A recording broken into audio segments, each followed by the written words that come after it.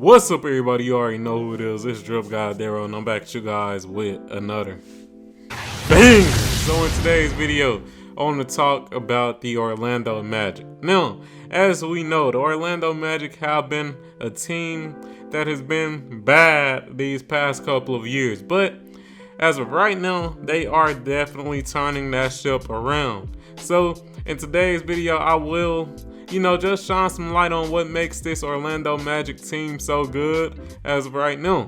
But hey, before we get into it, I want to shout out all the people who watched the video, who subscribe to the channel, who show their support by putting comments on the videos and sharing the videos, because man, y'all help me so much. And y'all already know I'm on the road to 500 subscribers. So hey, with all that being said, let's switch over and let's get right into it.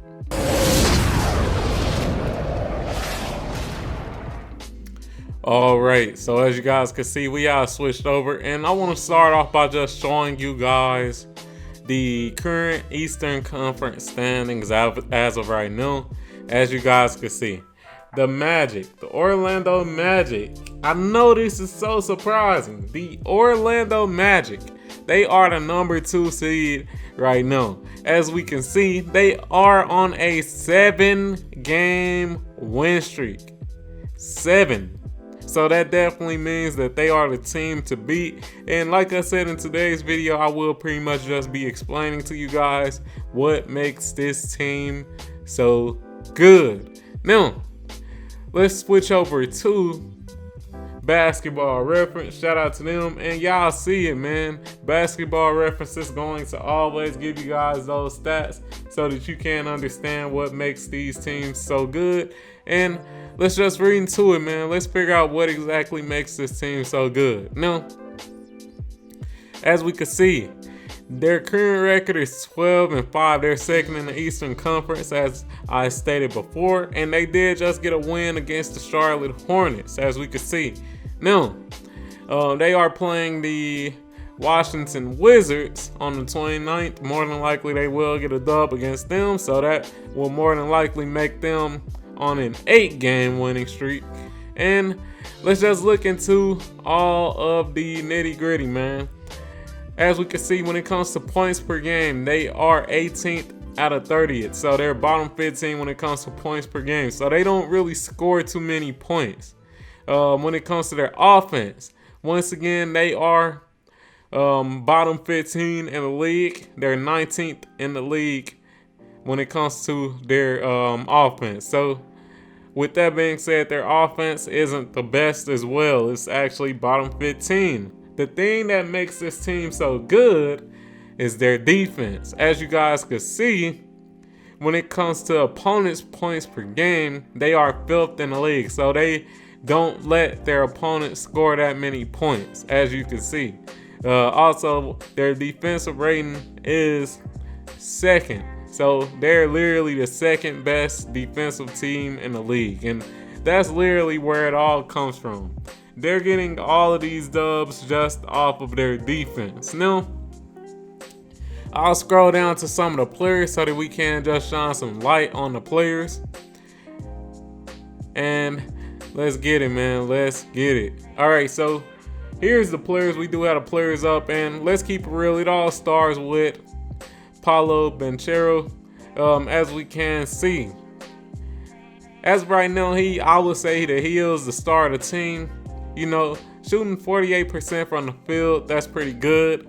43% from 3, that's great on 3 attempts at that, so that's definitely great. And currently, he has been putting everything together. Now, the free throw percentage, I would like to be higher, because as you can see, he gets 6 free throw attempts per game, so you definitely like to see that be higher. But currently, he is scoring 19 points per game and 4 assists per game, 6 rebounds. So all of that is good, man. That's all good.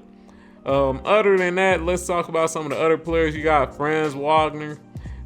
He pretty good as well. He averaging 19.5 points per game as well.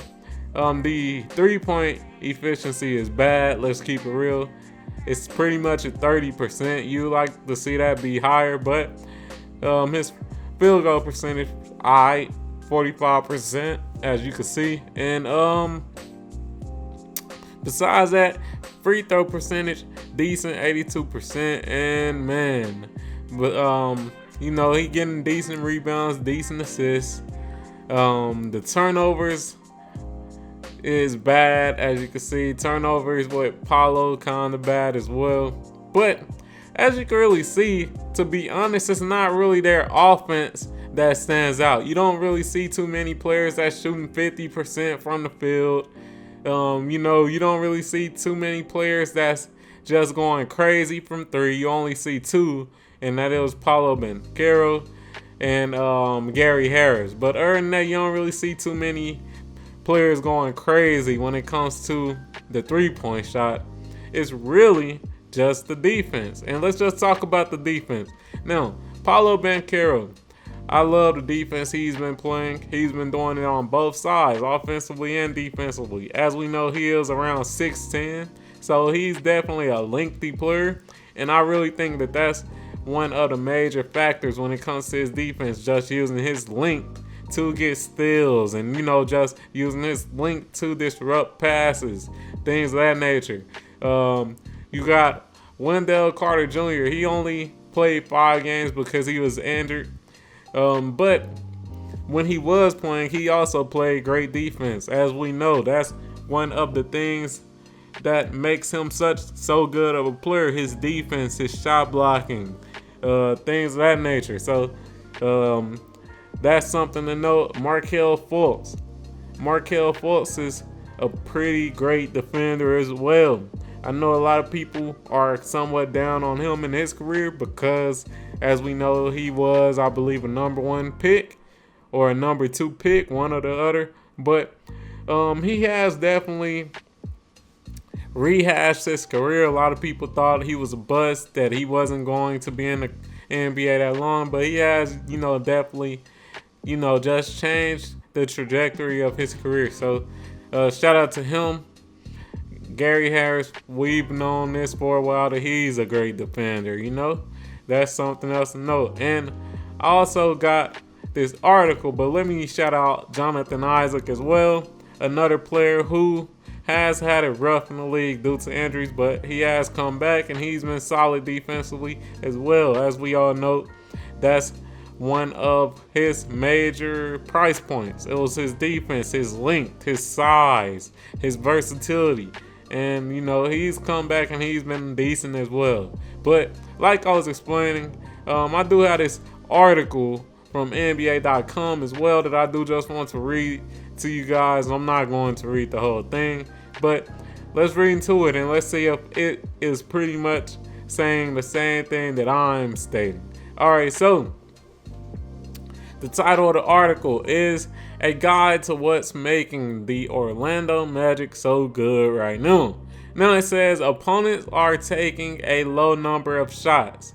And let's read that first paragraph or first sentence. It says, maybe the most staggering and powerful stat of them all, opponents of the Orlando Magic are averaging just 84.5 shots per 100 possessions.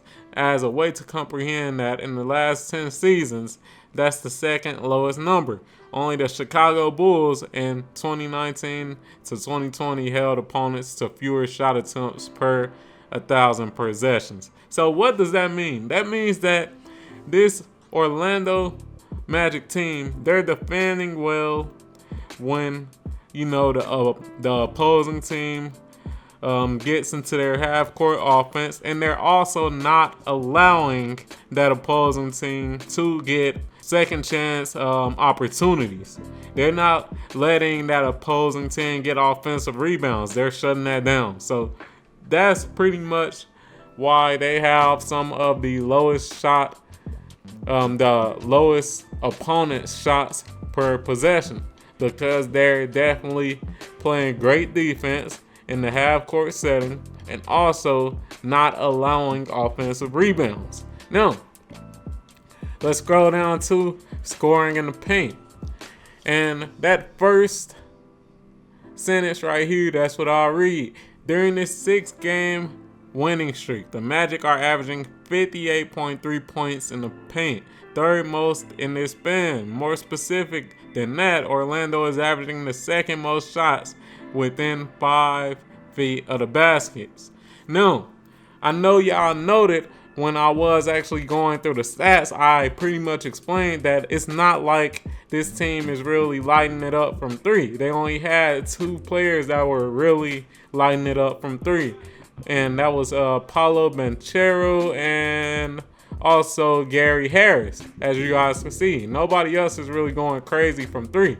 And that's really because, as this is stating, they are getting most of their points in the paint. Let's continue down. Bench dominance. Now, this is something I didn't know, but let's read that first sentence. It says, only the Pacers reserves are averaging more points than the Magic's reserves. Also, Orlando's bench collectively averages 19.6 minutes of playing time, 5th most. This group also rebounds at a very high level amongst all second units. They rank 3rd in that department. So, let's talk about, let's talk about the bench. And they pretty much got a sentence that summarizes everything. It says, in the league's 6th man of the year race, both Mo Wagner and Cole Anthony are probably in the top 3. Wagner is averaging 12.6 points and shooting 63% from the field. Among players who have taken at least 100 shots overall, he has the 4th highest 2-point field goal percentage at 71.3%. Cool. Alright, I'm going to skip the ring the bell one, man. I'm going to skip that. I'm going to go to this ball movement because I feel like this one is important. Alright, another one, key one, is ball movement and cutting. It says, the Magic have possessions where they legitimately look like Pete Carroll's Princeton teams. Those unfamiliar, a Princeton-themed offense is one that emphasizes constant motion and a lot of cutting to the basket. And like I was explaining before, that's one of the reasons why this team is so good. The reason they're getting so many inside points is because of all the cutting, all the ball movement. That's what's really causing this team to get so many interior points, and that's one of the reasons why this team doesn't really shoot too many threes, because they're always cutting, they're always moving, they're always trying to, get those opportunities to get those basket shots or get a foul. So with that being said, I definitely hope I answered you guys' question on why the Orlando Magic are so good. Hey, and if you enjoyed this video, like the video, comment on the video, subscribe to the motherfucking channel, turn on notifications and all that good stuff, and I'm out. Peace.